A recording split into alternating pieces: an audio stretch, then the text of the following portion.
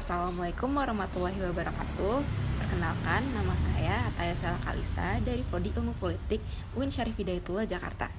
Pada kesempatan kali ini, saya akan menjelaskan materi mata kuliah Kajian Politik Kontemporer tentang perbedaan dari jihad, qital, dan al-harb. Sebagai pembuka, definisi jihad sendiri di masa modern sekarang ini dipandang dengan beraneka macam arti. Banyak yang menyebut jihadnya orang muslim adalah berperang, meneror, atau bahkan membunuh sesama manusianya. Ada pula organisasi-organisasi dan gerakan-gerakan yang mengatasnamakan jihad dan nama Allah sebagai fondasi mereka berbuat hal-hal yang bahkan tidak termasuk perbuatan jihad.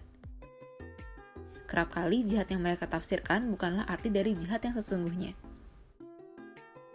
Merujuk dari Al-Qaradawi, jihad memiliki banyak istilah-istilah lain yang kerap kali disamakan artinya. Di antaranya adalah jihad dengan qital atau membunuh dan al-harb atau perang. Menurutnya, qital dan al-harb merupakan bagian dari jihad, yakni berperang dengan menggunakan senjata. Namun tidak semua jihad dilakukan dengan qital atau al-harb. Ada syarat ketika qital dan al-harb bisa disamakan dengan jihad, yaitu niatnya yang didasarkan atas pembelaan terhadap agama Allah Subhanahu wa taala.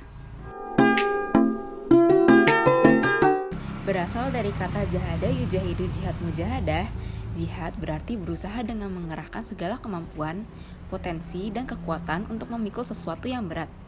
Ada juga kata jim, ha, dan dal atau jahada yang artinya beban berat. Penyebutan kata jihad dalam Al-Quran dan hadis disambungkan dengan kalimat fi sabilillah atau fi sabilihi, yang artinya di jalan Allah atau di jalannya yang hampir semuanya dipastikan bermakna perang. Akan tetapi, jihad memiliki tujuan, motif, cara, aturan, dan etika yang berbeda dari perang. Bahkan, dari tingkatannya, jihad bisa dilakukan selain dengan berperang. Apapun yang diniatkan sebagai pertolongan dan pembelaan terhadap agama Allah Subhanahu wa taala bisa dikategorikan sebagai jihad. Menurut syarah, jihad berarti perang untuk menolong agama Allah atau menyuruh kepada agama yang benar dan memerangi siapa yang menolak seruan tersebut dengan harta dan jiwa. Jihad mencakup semua bentuk ibadah yang mewujudkan pertumbuhan spiritual lahir dan batin, ketekunan, dan tidak mementingkan diri sendiri. Ini termasuk upaya fisik, emosional, intelektual, dan material seperti yang ditunjukkan oleh Nabi Muhammad SAW selama berada di Mekah dan Madinah.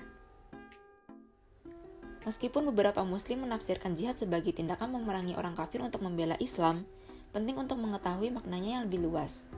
Jihad bukan semata-mata perang agama melawan orang kafir. Bahkan, tidak boleh seorang Islam memulai peperangan kecuali orang kafir yang menyerang. Sepanjang sejarah, jihad dilakukan untuk tujuan politik seperti memperluas wilayah Islam atau membela umat Islam dari ancaman eksternal. Jihad tidak memaksa untuk mengubah non-muslim menjadi Islam. Bukti sejarah menunjukkan bahwa ketika umat Islam meraih kemenangan atas suatu bangsa, penduduk diberikan pilihan untuk memeluk Islam atau membayar pajak jizyah untuk mengkompensasi perlindungan yang diberikan oleh para penakluk muslim. Sejarah Islam tidak memiliki catatan penggunaan taktik yang kuat untuk memaksakan keyakinan Islam.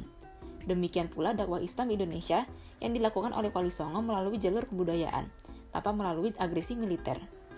Orang-orang yang menafsirkan jihad sebagai perang untuk menakut-nakuti manusia lainnya biasanya hanya menafsirkan definisi jihad dalam bentuk yang sempit, dan interpretasi sempit ini gagal menangkap esensi jihad yang sebenarnya.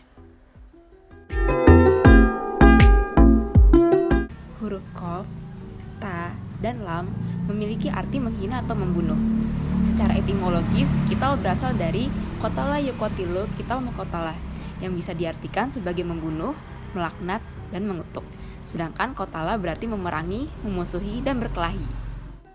Qital merupakan salah satu bentuk jihad yang seringkali dimaknai oleh umum sebagai arti dari jihad. Penggunaan istilah al-qital dalam konteks jihad khusus untuk menyatakan jihad dalam pengertian perang di jalan Allah melawan kaum kafir yang terjadi pada masa Rasulullah di Madinah. Qital yang tidak dibarengi dengan niat membela agama Allah Subhanahu wa taala tidak dapat disebut sebagai jihad. Bahkan ketika dua orang muslim bertemu dan masing-masing membawa pedang untuk saling membunuh, bukannya melakukan jihad, tetapi mereka malah masuk penghuni neraka. Qital akan termasuk ke dalam salah satu bentuk jihad ketika penerapannya memperhatikan rukun, syarat, dan adab dalam jihad. Jadi bukan hanya sekedar membunuh dan mengatasnamakan Allah dalam perbuatannya itu. Firman Allah mengenai qital terdapat dalam surat Al-Baqarah ayat 216 yang berbunyi, Kutiba alaikumul qitalu wa huwa kurhul lakum, yang artinya diwajibkan kepada kalian untuk berperang, dan perang adalah sesuatu yang kalian benci. Penafsiran ayat ini menjelaskan mengenai kewajiban untuk berperang, walaupun perang bukan merupakan sesuatu yang menyenangkan, karena perang dapat merampas harta serta nyawa.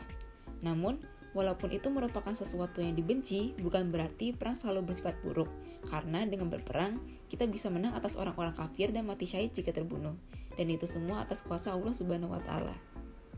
Ada pula firman Allah dalam surat An-Nisa ayat 76 yang artinya orang-orang beriman berperang di jalan Allah dan orang-orang kafir berperang di jalan Togut.